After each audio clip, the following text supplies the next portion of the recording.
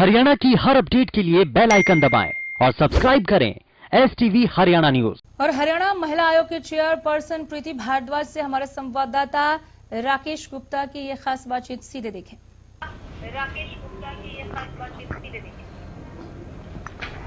इस समय हम मौजूद हैं हरियाणा महिला आयोग में और हरियाणा महिला आयोग की एक्टिंग जो चेयरमैन हैं उन प्रीति भारद्वाज दलाल, उनसे बात करेंगे कि बल्लभगढ़ में और पानीपत में जो तेजाब के मामले हुए हैं। बल्लभगढ़ में आप जानते हैं कि एक युवती की हत्या हुई है। उस मामले में आयोग क्या ले रहा है, क्या कार्रवाई की है और किस तरह का जो संज्ञान आयोग ने लिया है। प्रीति जी, आपका स्वागत है हरियाणा न्यूज में। ये बताएं कि बल्लभगढ़ में जो घटना हुई है, जो जिस तरह से सरेआम गोली मारी गई युवती को, महिला आयोग ने उसमें क्या कार्रवाई की? जी, हम लोगों ने कल सुबह ही हमने उस पर सुमोटो लेते हुए आयोग ने CP फरीदाबाद को इस बारे में लिखा और हमें 2 दिन के अंदर हमारे रिपोर्ट मिलने की आशा है। कल तक हमारे को मिलेगी इस बारे में।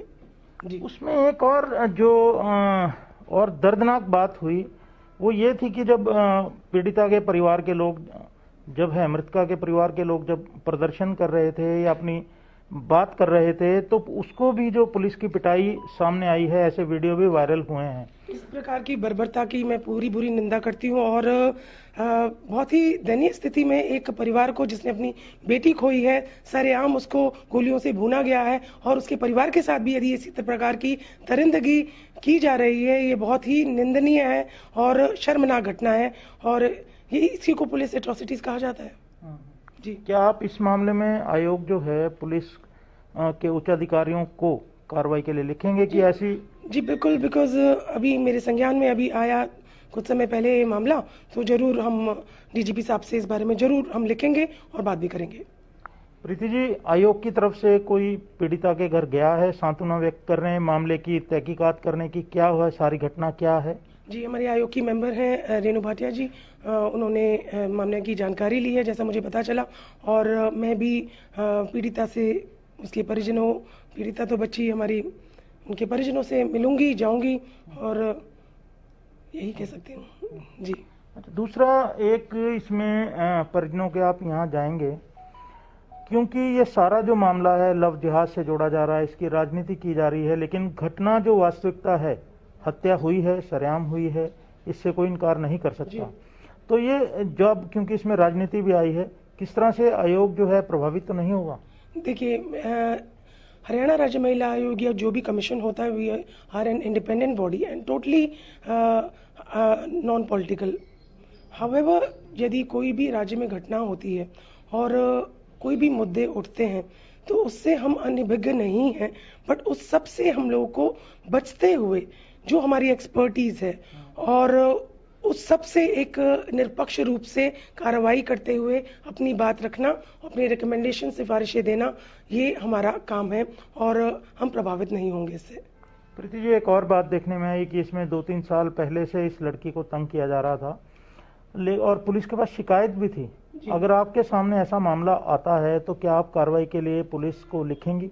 हमने ऑलरेडी लिखा है इस मामले में और ये हम मीडिया के थ्रू ही, आप लोगों के थ्रू ही हमें ये जानने को मिला है कि 3 साल पहले वहाँ की पंचायत ने इस मामले को रफा दफा करके या फिर समझा बुझा के एक कॉम्प्रोमाइज की स्थिति में लेकर आए थे। उसके बाद भी यदि 3 साल पहले ऐसा हुआ और अब बच्ची ने अपनी जान गंवाई, तो इन 3 सालों के बीच में लड़की और लड़की का परिवार, और वो पढ़ रही थी और जैसे पता चला बहुत मेधावी छात्रा थी वो, और जीवन में उसकी बहुत सी अच्छी आकांक्षाएं थी और आगे भी जीवन में उसकी फैमिली ने उसके बारे में सोचा हुआ था।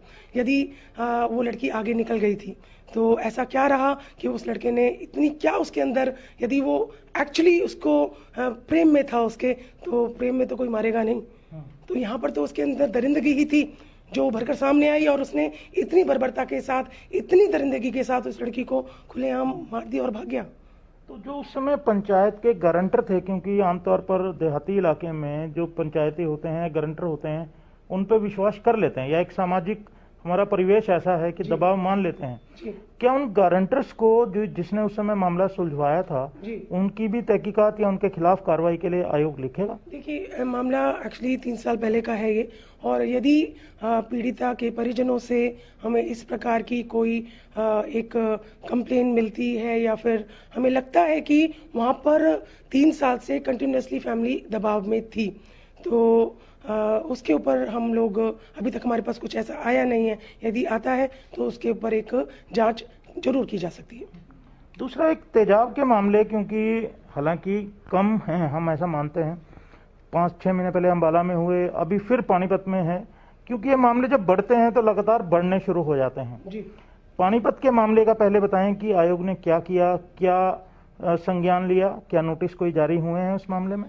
जी, ये भी एक अगेन एक बहुत ही दुर्भाग्यपूर्ण मामला कल आया, और हम लोगों ने इस बारे में भी नोटिस लिया और संबंधित एसपी साहब को हमने लेटर भेजा है। संबंधित पुलिस थाने में भी बात हुई है। जो बच्ची है वो इस वक्त पीजीआई रोहतक में उसका इलाज चल रहा है। दुर्भाग्य की बात ये है, उससे पूछा जा रहा है कि किसने आपके साथ ऐसा किया, तो वो अभी कुछ भी बताने की बारे में इनकार कर रही है। ये दुर्भाग्य है उस बच्ची का, इस समाज के डर का, कि वो बोल भी नहीं पा रही है। उसका पूरी विषिप्त स्थिति में बेचारी है वो, और फेस उसका पूरा जला हुआ है। ये रिपोर्ट आपको किसी मेंबर ने दी है या पुलिस अधिकारी ने दी है? पुलिस अधिकारियों ने दिया है कि उनकी जो प्राथमिक, उन्होंने जब जांच करने की कोशिश करी, बच्ची से बात करने की कोशिश करी कि आप बताइए कि कौन आरोपी हैं, तो उसने आरोपियों के बारे में बताने से साफ इनकार कर दिया। उससे ये शो होता है कि लड़की कितनी डरी हुई है, और वो कुछ करेगी या बोलेगी तो उसके अगेंस्ट क्या हो सकता है। प्रीति जी, क्योंकि पुलिस की वर्किंग को आप भी जानते हैं, कई मामलों में जी आयोग, क्योंकि महिला आयोग है, हो सकता है कि वहाँ किसी पुरुष अधिकारी ने या महिला अधिकारी ने बात की हो और बात नहीं बन पाई हो। क्या आयोग का कोई सदस्य वहाँ जाकर? जी बिल्कुल, यदि अभी मामला है, because she is not in hospital में है वो, तो आफ्टर में भी 1-2 दिन के बाद जरूर हमारे जो मेंबर्स, 5 मेंबर्स हैं, उनमें से हम 1-2 मेंबर्स को जरूर भेजेंगे और मामले की जांच कराने के हम कोशिश करेंगे, और बच्ची से जो भी बेहतर तरीके से हम एक कॉन्फिडेंस में लाके हम अपनी बात पहुंचाने की, जानने की, फिर पहुंचाने की संबंधित अधिकारी को कोशिश करेंगे। तेजाब तो बैन था राज्य में, फिर ये इसकी बिक्री कैसे जारी है? क्या इस बात की तय तक जाएगा आयोग? देखिए, आयोग ने जब हमारा प्रेजेंट पैनल बना था 2018 में, हमारी फर्स्ट जनरल मीटिंग जब हुई थी, तो उसमें वन ऑफ द मुख्य जो एजेंडा होता है वो एसिड अटैक की बिक्री पर रोक लगाना था। उस पर हमने राज्य के, हमने लेबर डिपार्टमेंट के भी अधिकारियों को बुलाया था कि किस प्रकार से इसकी बिक्री को रोका जाए।